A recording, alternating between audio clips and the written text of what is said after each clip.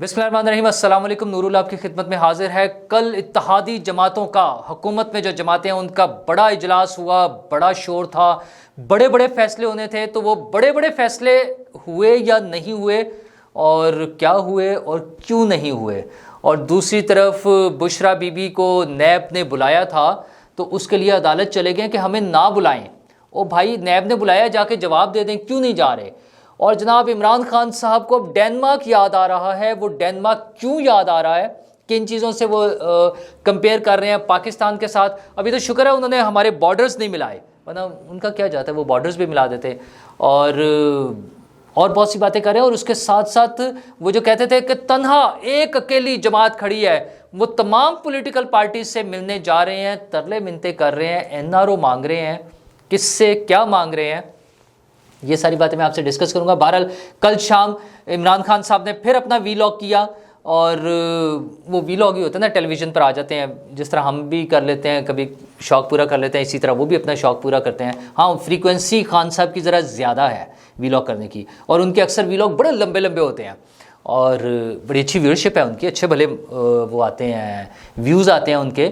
تو وہ انہوں نے کل پھر ایک وی لاگ کیا، اور اس میں انہوں نے اب پاکستان کا کمپیریزن شروع کر دیا ڈینمارک کے ساتھ۔ اچھا، بندہ پوچھے خان صاحب کن چکروں میں پڑے ہیں کن کی باتیں کرتے ہیں؟ ان کا بتا رہے تھے کہ وہاں پہ جو ہے قانون کی حکمرانی کا کیا طریقہ کار ہے، یا کیا ان کا سٹیٹس ہے، اور اس میں ان کی رینکنگ جو ہے انصاف کے حوالے سے، جو پاکستان کی 130/139 ہے، اس میں انہوں نے بتایا کہ وہ نمبر 1 پر ہیں۔ خیر ویسے خان صاحب نے بتایا کہ ہماری 129/140 ہے۔ چلے، تو 1-2 مارکس کا نمبرز کا مارجن دیا جا سکتا ہے، ہو سکتا ہے کسی ایک خاص کیٹیگری میں ان کے پاس ایسی پہنچی ہو۔ دوسرا انہوں نے بتایا وہاں پہ کرپشن بالکل نہیں ہے، اور کرپشن میں وہ نمبر 1 پر ہیں، کرپشن فری ممالک میں، جس میں کرپشن بالکل نہیں ہے۔ 180 ممالک کی رینکنگ جو ہے، یا 180 نمبرز تک جہاں آئے ہیں ممالک، اس میں نمبر 1 پر ڈینمارک ہے، جو کہ کرپشن فری ہے۔ بہت اچھی بات ہے، بالکل بتا رہے ہیں۔ تیسری چیز وہ یہ بتاتے ہیں کہ ڈینمارک کے لوگوں کی جو ایوریج انکم ہے، پر کیپٹا انکم جو ہے، وہ $68,000 $68,600 تقریباً وہ انہوں نے بتائی ہے، یعنی وہ کوئی 5,000 سے تھوڑا سا $5,500 آپ سمجھ لیں پر منتھ۔ اچھا، مجھے ویسے اس نمبرز پہ ڈاؤٹ ہے، میرے خیال میں یہ تھوڑی سی زیادہ بھی ہو سکتی ہے۔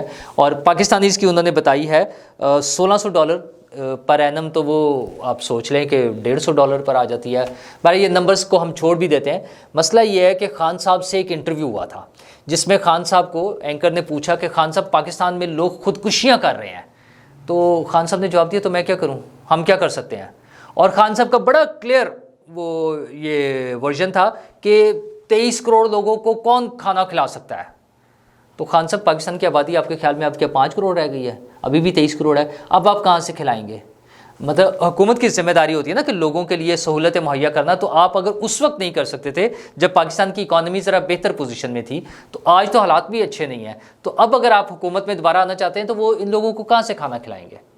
اور اسی طرح آپ جب کہتے ہیں کہ آپ کو بتایا جاتا ہے کہ لوگ خودکشیاں کر رہے ہیں، تو آپ کا تو جواب یہ تھا کہ تو میں کیا کروں؟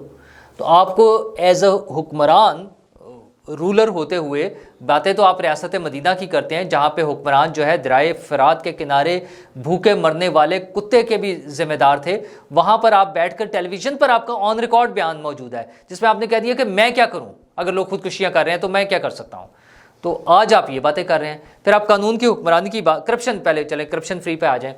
کرپشن فری پہ کرتے ہیں، آپ کی اپنی فیملی کی جب کرپشن کی فائلیں لے کر آئے DGISI، تو آپ نے انہیں پوسٹ سے ہٹا دیا۔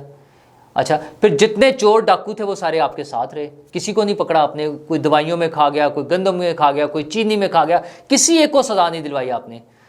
اور کس طرح سے کرپشن ہوتی ہے، وہ اس میں کرونا کے چکر میں لوگ پیسے کھا گئے، کیا کیا آپ نے؟ کسی کو بھی نہیں پوچھا۔ تو کرپشن فری کیسے بننا تھا ملک؟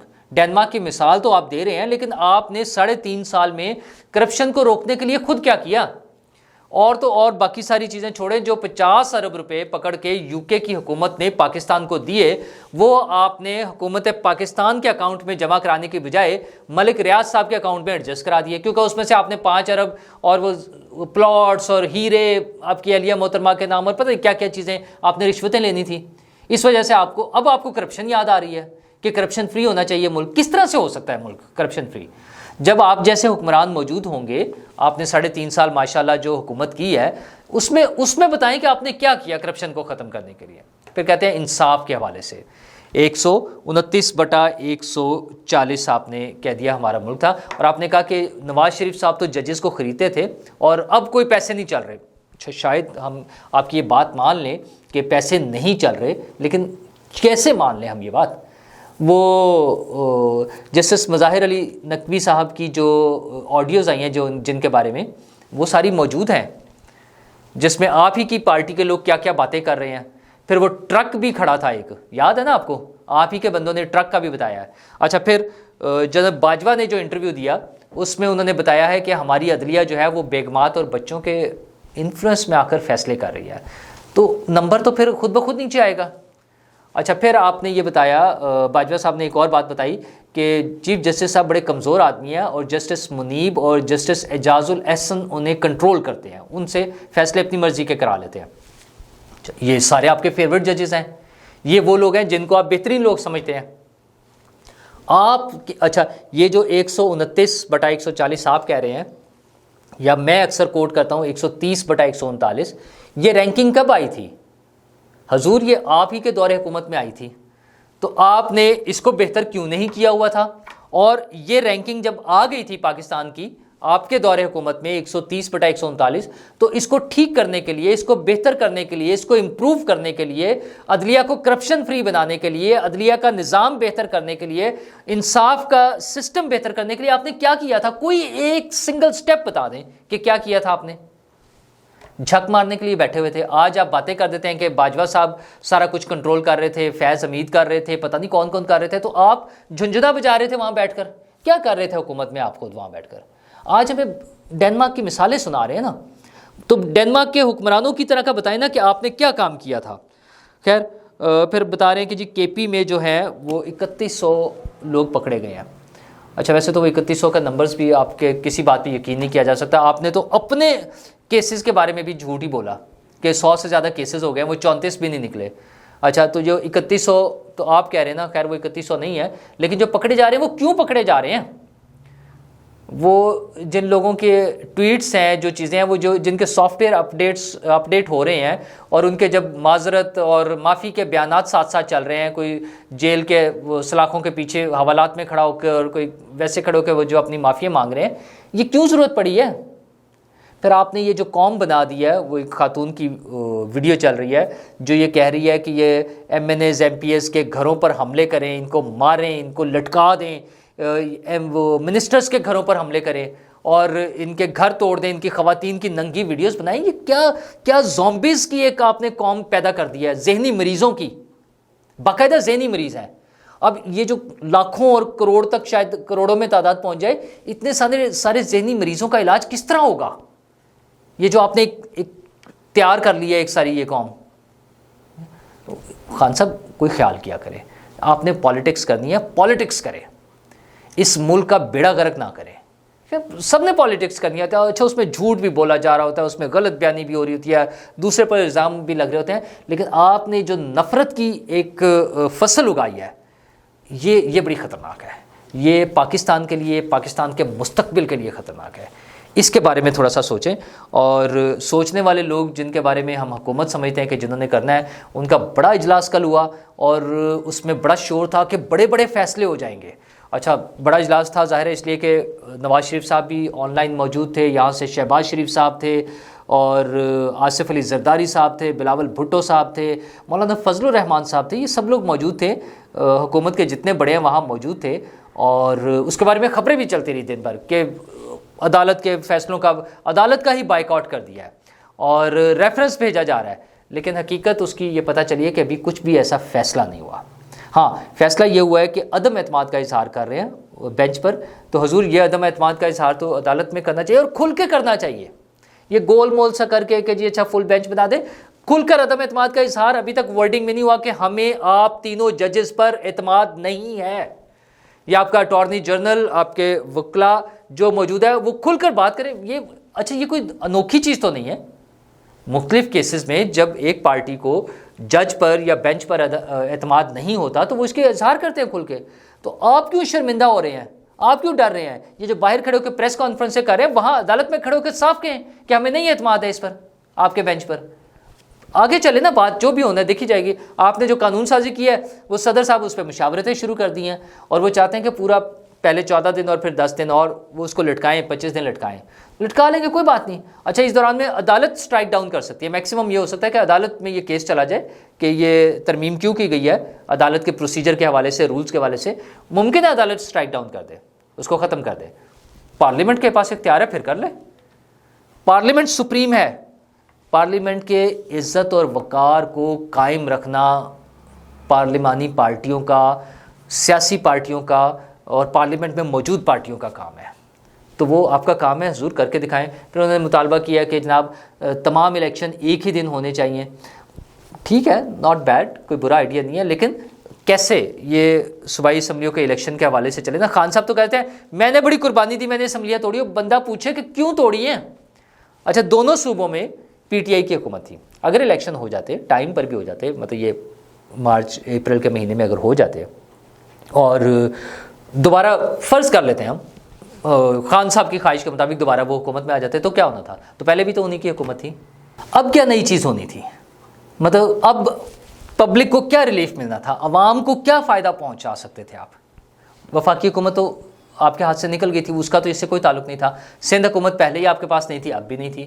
تو یہ دو صوبوں کی جو آپ نے اسمبلیاں توڑی ہیں، کبھی خان صاحب یہ بھی تو بتائیں کہ اس پہ دوبارہ الیکشن کرا کے دوبارہ حکومت بنا کے وہ کیا گین ان کو ملنا تھا، کیا فائدہ ہونا تھا خان صاحب کو، اور عوام کو کیا فائدہ ہونا تھا، لوگوں کو کیا فائدہ ہونا تھا؟ تو عجیب باتیں ہیں یار، کوئی اکانومی کا پلان نہیں ہے اور کسی کے پاس نہیں ہے۔ اچھا، وہ پیٹرول کی قیمت 5 روپے کم کر کے اور اس پہ لیوی بڑھا دی، پھر اتنے کا اتنا ہے۔ یار لوگوں کو کوئی ریلیف دینے کا سوچیں۔ آئی ایم ایف سے اور بھی مسائل چل رہے ہیں، وہ ہمارے وزیر خزانہ صاحب ہیں، وہ الگ بڑھ کے مار رہے ہوتے ہیں کہ ہم اس کے بغیر جینا سیکھ لیں گے۔ او بھائی جان، جینا سیکھا جا سکتا ہے، پھر ایک طرف ہو جائے نا، ایک طرف ان کی شرائط پوری کیے جا رہے ہیں 1 بائی 1 کر کے، دوسری طرف بڑھ کے مار کے ہمیں دکھا رہے ہیں۔ مطلب ہر چیز میں پالیٹکس کی ضرورت نہیں ہے، سیاست کریں لیکن کچھ چیزوں میں سیریس ہو کر be clear with your people. آپ نے لوگوں کے ساتھ چلنا ہے، وہ جلسے کرنے ہیں، آپ نے سیاست کرنی ہے، اس کے لیے الگ پلیٹ فارم ہے نا۔ آپ جلسے کریں، ریلیاں کریں، جو مرضی کریں۔ پارٹی کی چیف آرگنائزر ہیں مریم نواز صاحبہ، وہ کر لیں گے۔ اچھا، وزیر خزانہ کو must be a little serious, یہ ایک سیریس بزنس ہے اکانومی کو چلانا۔ تو اس طرح کی بڑھ کے مار کے، اس طرح کی باتیں کر کے نقصان ہوتا ہے اور پرسیپشن خراب ہوتی ہے، اور بزنس بہت سارا پرسیپشن کی بیس پر بھی چل رہا ہوتا ہے۔ وہ جو فلکچویشن ہوتی ہے ڈالر میں، اسٹاک ایکسچینج میں، وہ آپ کے ایک ایک بیان پر مسئلہ بنتا ہے، اور وہ جو ہے نا مولا جٹ کی طرح ایک بیان دے کے سائڈ پر ہو جاتے ہیں ہمارے وزیر خزانہ صاحب۔ تو اس طرح کی چیزوں سے کام نہیں چلے گا، انہیں اس کے بارے میں سوچنا چاہیے۔ اور خان صاحب نے تو ویسے بھی ساتھ ہی اپنی وہ بھی شروع کر دیا، کیمپین بھی شروع کر دیا ہے۔ ایک طرف پی ڈی ایم یہ کر رہا ہے، تو انہوں نے وہ جو کہتے تھے کہ اکیلے کھڑے ہیں، کوئی ان کے ساتھ نہیں، اکیلا خان کھڑا ہے، اب ساری پارٹیز کے پاس جا رہے ہیں۔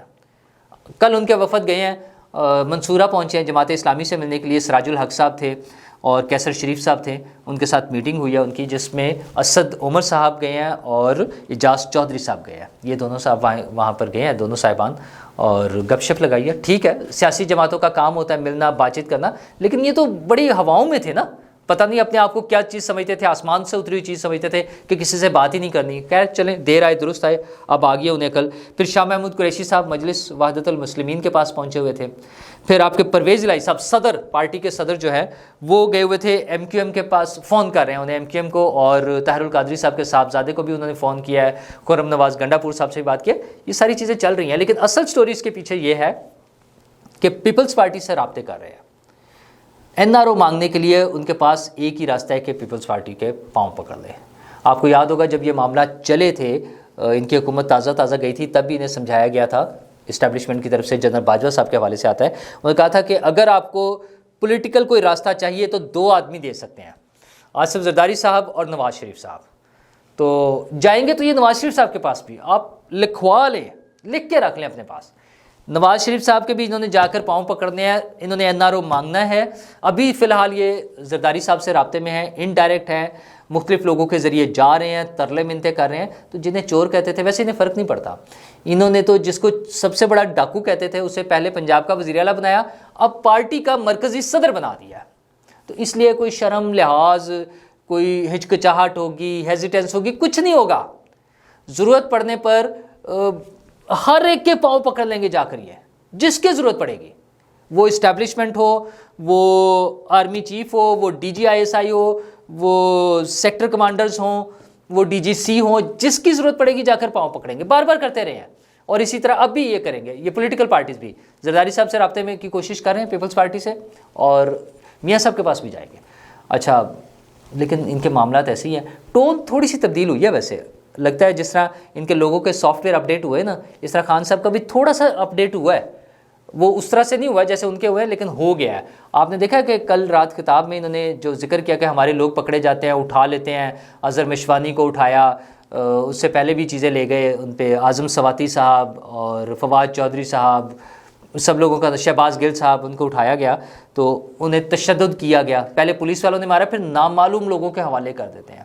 اچھا، اب D G I S I اور ڈی جی سی اور مسٹر ایکس، مسٹر وائی، کسی کا نام نہیں لے رہے اب، ٹھیک ہے، اب صرف نامعلوم افراد پہ چلے گئے ہیں. تو سکھائے کس نے اسماعیل کو آداب فرزندی؟ اب یہ پتہ نہیں کسی نے واقعی سکھا دیے ہیں یا وقتی کوئی تھوڑا سا ہے. وقتی بھی ہو سکتا ہے کیونکہ خان صاحب میں مستقل مزاجی تو ہے نہیں. اگر انہیں اپنے ٹارگٹس اچیو کرنے میں ناکامی نظر آئی تو پھر وہیں چل پڑیں گے. لیکن اس کے ساتھ ساتھ ان کے کیسز بھی تو چل رہے ہیں نا. انہیں اور بشرا بی بی کو نیب میں بلایا تھا تو اس کے لیے عدالت چلے گئے کہ ہمیں نیب ہی نہ بلائے. او بھائی جان، نیب نے بلایا ہے، آپ جا کے جواب دے دیں. اگر آپ کلیئر ہیں، آپ کے پاس ساری چیزیں ٹھیک ہیں، آپ پر جھوٹے الزامات ہیں، آپ پر غلط الزامات ہیں، آپ کے خلاف کیس غلط بنایا گیا، آپ نیب میں جائیں، جا کے انہیں جواب دے دیں کہ وہ سوال کیے نا انہوں نے، ان سوالوں کے جواب دیں اور پہنچ جائیں. پیش ہونے میں کیا حرج ہے؟ کیوں بھاگ رہے ہیں آپ؟ اس کا مطلب وہ کہتے تھے نا مولانا خادم حسین رضوی صاحب کہ گل کچھ ہو رہے، تو گل کچھ ہو رہا ہے. تو یہ جو اور گلیں ہیں نا، یہ جو باتیں اور ہیں، یہ بھی سامنے آتی رہیں گی. خان صاحب یہ ساری چیزیں آنی ہیں، کوئی بات نہیں ہے. اچھا، حکومت کی طرف سے ایک اور ایشو چل رہا ہے. ایک تو مفت آٹے والا ہے، بہت اچھا اقدام ہے، میں کئی دفعہ بات کر چکا ہوں، ایکسلنٹ، لیکن اس کو اور بہتر طریقے سے کیا جا سکتا تھا. ابھی بھی ہو رہا ہے، ٹھیک ہو رہا ہے، اس کو امپروو کریں، لیکن اس کو بہتر طریقے سے کیا جا سکتا تھا. جو جگہ جگہ بھگدڑ مچتی ہے، لوگ زخمی ہوتے ہیں، لوگ اپنی جان سے جاتے ہیں، ان چیزوں کو بہتر طریقے سے کریں. اور اس کا ایک بڑا سانحہ کراچی میں ہوا ہے، جو مفت آٹے کے حوالے سے نہیں ہے. وہاں ایک فیکٹری میں کچھ لوگوں نے اپنے طور پہ وہ چیریٹی کے لیے لوگوں کو جمع کیا، لوگ زیادہ تھے، وہاں بھگدڑ مچ گئی اور 11 لوگ اپنی جانوں سے گئے. انتہائی افسوس کی بات ہے. افسوس یہ ہے، بدقسمتی یہ ہے کہ بیچارے غریب لوگ تھے، اپنی روٹی کے لیے آئے تھے کہ وہاں سے کچھ پیسے ملیں گے، کچھ کھانے کو ملے گا. بڑے افسوس کی بات ہے، ظلم ہے. ان لوگوں نے شاید اپنی طرف سے بڑی نیک نیتی سے یہ کام کیا ہو، لیکن ان کے انتظامات ٹھیک نہیں تھے. اتنے سارے لوگوں کو مینیج کرنا آسان کام نہیں ہوتا. بدقسمتی یہ ہے کہ اگر ہمارے ملک کے حالات اچھے ہوں، تمام لوگوں تک ان کے پاس کوئی نہ کوئی کاروبار، کوئی روزگار اور یہ مناسب سی چیزیں موجود ہوں، اور حکومت کسی اور طریقے سے، جس طرح ایک بے نظیر انکم سپورٹ پروگرام ایک بہترین آئیڈیل سا وہ ہے، جس میں ہر بندے کا آئی ڈی کارڈ کے مطابق ان کے اکاؤنٹ بنے ہوئے ہیں اور اس میں پیسے چلے جاتے ہیں. اگر اس طرح سے کر دیے جائیں تو وہ معصوم بچے جو بیچارے وہاں اپنی جانوں سے ہاتھ دھو بیٹھے، بچے ہی نہیں، سبھی، بڑے بھی، چھوٹے ہوں بڑے ہوں کوئی بھی ہوں، جو اپنے لیے، اپنے گھر والوں کے لیے کچھ کھانے کے لیے لینے گئے تھے، کوئی مدد لینے گئے تھے، اور وہ اللہ کو پیارے ہو گئے. ذمہ دار حکومتیں ہی ہوتی ہیں، کوئی بھی ہو، حکومتیں ذمہ دار ہیں. یہ جب ہم بتاتے ہیں نا کہ ایدی صاحب نے بہت بڑا نیٹ ورک بنایا ہوا، اللہ انہیں اجر عطا فرمائے، وہ تو اس دنیا سے چلے گئے، ان کے بچے بھی، جو بھی لوگ کام کرے، بے شمار لوگ اس طرح کی آرگنائزیشنز ہیں جو کام کر رہی ہیں. وہ ایدی کا جو سب سے بڑا نیٹ ورک ہے دنیا میں ایمبولینس کا، وہ اس لیے بنانے کی ضرورت پڑی کہ ہماری اسٹیٹ اپنی ذمہ داری پوری نہیں کر رہی تھی. ورنہ دنیا کے مہذب ملکوں میں، ترقی یافتہ ملکوں میں، حکومت یہ ساری سہولتیں مہیا کر دیتی ہے. علاج کی سہولتیں، ایمبولینس کی سہولتیں، لوگوں تک کھانا پہنچانے کی سہولتیں، ان کو روزگار دینے کی سہولتیں، ان کے لیے کوئی وظیفہ مقرر کرنے کی سہولتیں، یہ حکومتیں کر دیتی ہیں. جب عام لوگوں میں آتا ہے تو اس میں خرابیاں رہتی ہیں. حکومت کو چاہیے، بڑی بڑی چیزیں چلتی رہیں گی، عمران خان صاحب کا بھی مقابلہ ہو جائے گا، آئینی ترامیم بھی ہو جائیں گی، ججز کا بھی مسئلہ حل ہو جائے گا، آج نہیں کل ہو جائے گا. عوام کا سوچیں، ایک انسانی جان کا بھی کوئی نعم البدل نہیں ہے. ہم سب ذمہ دار ہیں، یہ حکومت، یہ معاشرہ، یہ قوم ذمہ دار ہے جب کسی کی جان جاتی ہے، کسی بے گناہ کی، کسی معصوم کی۔ اللہ تعالیٰ ہمیں اس عذاب سے بچائے۔ اور حکومت سے درخواست یہ ہے کہ ذمہ داری ان کی ہے، ہم تو حکومت منتخب کرنے میں ہیلپ کر سکتے ہیں، اپنی ذمہ داری یہ پوری کرتے ہیں کہ ہم ووٹ ڈال دیتے ہیں، بس ذمہ داری حکومت کی ہے، تو اپنی ذمہ داری کو سمجھیں، لوگوں کی زندگیوں کو آسان بنانے کی کوشش کریں۔ شکریہ۔